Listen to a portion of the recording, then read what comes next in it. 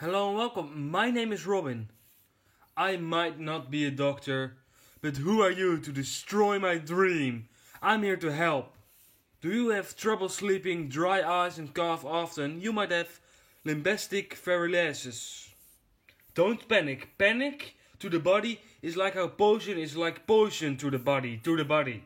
Stop panicking. The age of most heart attacks is the age of my viewers.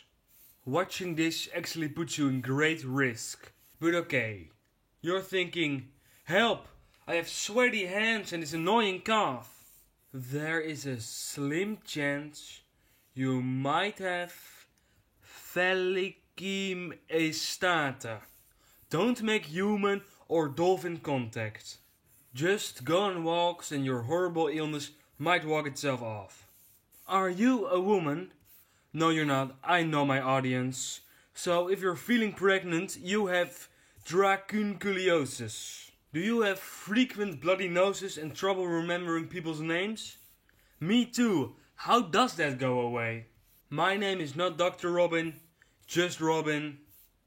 See you next time for more health advice. If you're still alive. Oh no.